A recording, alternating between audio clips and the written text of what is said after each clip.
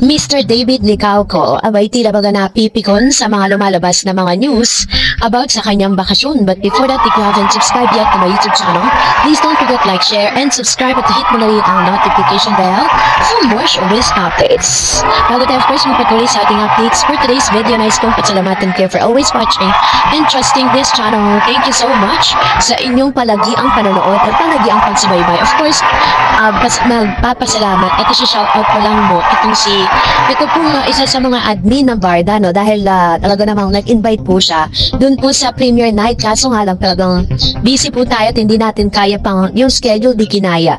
So salamat po sa invitation. And for today's video ay talaga namang hanggang sa ngayon mainit pa rin pinag-uusapan ang bakasyon ni Mr. David Licauco sa Siargao, kung saan may kanya-kanya tayong version of the story kung ano yung mga nagaganap doon, ano? Sa lahat ng social media platform ay talagang may kanya-kanya pong mga videos, photos sa lumalabas na tila baga ay talagang dinidiin itong si Mr. David Licauco patungkol sa mga kasama niya doon sa Siargao. Ngayon, doon po sa isang social media platform napag-usapan si David patungkol doon sa mga pangyayari doon dahil pinipilit po nila na si David ay with her girlfriend di umano, no? Na ito pong si Alexandra Manalang.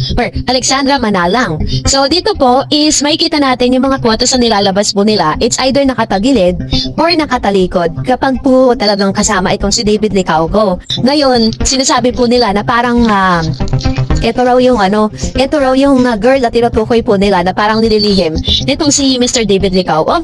Pinapoint out ko lang kasi dito is parang kung ikaw yung girl, no, nakasama ni David, sinasabi di umano na girlfriend niya, hindi niya kayang i-flex sa social media. Ano kaya mararamdaman itong girl na to, diba? So, ganun yung ganun yung usap-usapan ngayon sa social media. And of course, siyempre po, kahit po dun sa mga private moments po ni Mr. David Licauco, ay talagang may mga tao po doon na kumukuha ng videos and photos without his permission na ginagamit po against them. Eh, ang tangi ng purpose naman ni Mr. David matapos ang napakahabang work po niya dito po sa Manila is magbakasyon. Pero dito po sa Maynila, nagkakagulaw mga bashers at talagang busy po sila sa paggawa ng mga news about them. So sa isang photos po na ito, pinag-usapan po ito ng matindi sa Reddit kung saan sinasabi nila na si Mr. David Licauco ay tila baga napipikon dun po sa mga photos sa lumabas kasi nga naman nag-i-enjoy po siya, sumasayaw po siya that night, pero yung tao po talagang finokus lang sa kanya yung video na parang sinasabi niya na, sabi nga dun sa Reddit, this is why Ben Affleck, no, na talagang mas ginusto niya na maging isang normal na tao lang kaysa maging isang artista dahil nga parang even dun sa mga private moments mo, hindi pwedeng maging possible na private dahil po sa mga ganitong klase ng attitude ng ilang mga tao na naroroon na talagang finokus talaga kay Mr. David Licauco. So parang ang pinaka-conclusion ng ilang mga manonood is talagang niruruin ng ilang mga bashers yung kanyang bakasyon dito sa Siargao. May kanya-kanyang version of the stories. Tapos pag may mga nagsasabi pa sa Facebook page, no? Doon sa Facebook page ko po na DarEdz TV, na wala na raw si David, palubog na. Matapos nga lumabas tong mga videos na ito, no? So, nakakaawa lang ang isang David Licauco kasi grabe po yung mga bash na ginadamit. Or grabe yung mga bash na ginagawa po dito kay Mr. David Licauco para lang talagang sirain yung kanyang reputation, yung kanyang image, yung kanyang love team with Miss Barbie Fortesa. When in fact, napapanahon din naman kasi ang kasama niya po sa proyekto ngayon is si yung isang actress po sa ABS sa GMA na isang batang actress, diba, sa kanyang bagong serye.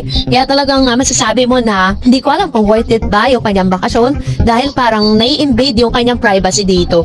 So anyways, ganoon talaga, pinili niya po maging isang artista, maging isang public figure, kaya talagang dinadanas niya po yung mga ganitong bagay.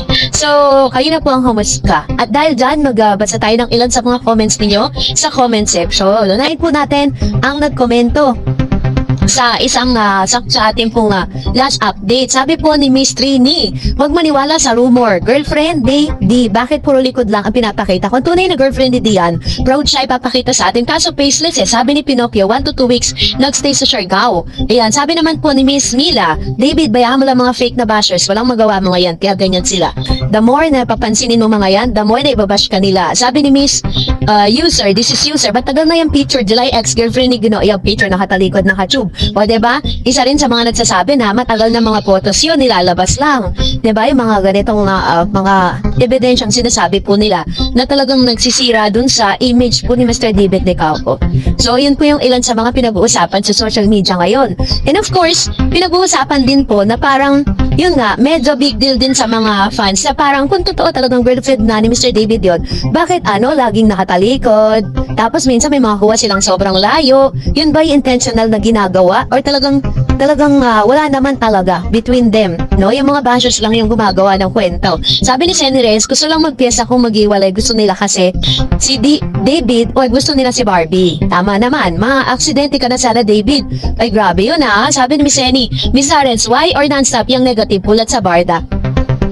Nais talaga ng mga bashers na buwagin. Ayaan na lang matuloy love life nila. Dati artista, di nila binibigyan. Ask na lang, ano bang gustong gawin? Ayan, totoo naman, diba? Di talaga may iwasan. Sabi ni Mr. Anthony, hinahanap ng lola ni David si Barbie Kaso, di makasama kasi promoted ng movie. Yan, ito naman yung kanyang komento with regards to this, So, hindi natin alam kung ano pong purpose niyan or baka may talagang rason kung bakit po nangyayari lahat yan at bakit gano'n na lang ang pagsira nila sa pangalan nitong si David Licauco, Hindi natin alam, baka part din po yan ng strategy, ganyan, diba? So, anyways, another comments po. Sabi po ni Miss Elaine, hi po Ma'am Darets, ironically speaking, sabi niya, I don't believe everything is happening everywhere. David is aware of that. And that video they showed is last year 2024 video and of David. And all the photos and videos of women don't have face. Grabe ang bashers. Say it night si David. Bashers, pahinga na kayo. You can destroy Barda. Yeah, ito naman yung kanyang komento patungkol dito. Totoo naman, di ba? Na parang hindi natin mabay yung mga sinasabi ng mga bashers na ito. And another, sabi ni Miss Maria, hi po, good for them kung sila talaga ng girl. Na yan, patunayan niya, tanungin niyo si David ng personal at para sure kayo kung totoong tao naman si David. Alamin yan kung totoong meron na siyang girlfriend. Sino ba talaga ang girlfriend? Is advice lang po. Thanks, good. God sa lahat. We hope you're doing well. God bless us always, Barda.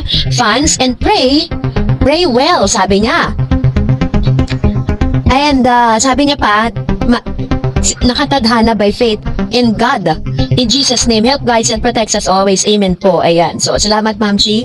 Maria Amila.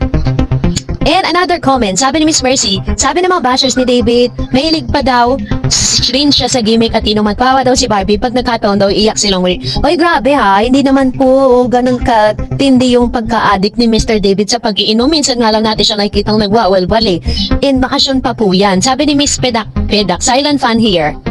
And sabi niya pa, hindi na nga ako naniniwala na may Barda sabi niya. So, ayun, sabi ni Miss Kiet, expected na natin talaga lahat ng galaw ni David ay may kahulugan ng basher. Yung sinasabi nila, girlfriend katagal na po hanggang ngayon drawing pa din yung Alex na yan. Tsaka lagi nag-update si David Chickens kaya upload nila ako maniwala. Hindi na pinapakalat nilang video pic. Ano yung problema ng bashers kay David? No, grabe. Yes, true lalo. Ang dami pong problema ng mga bashers na to kay David Licauco.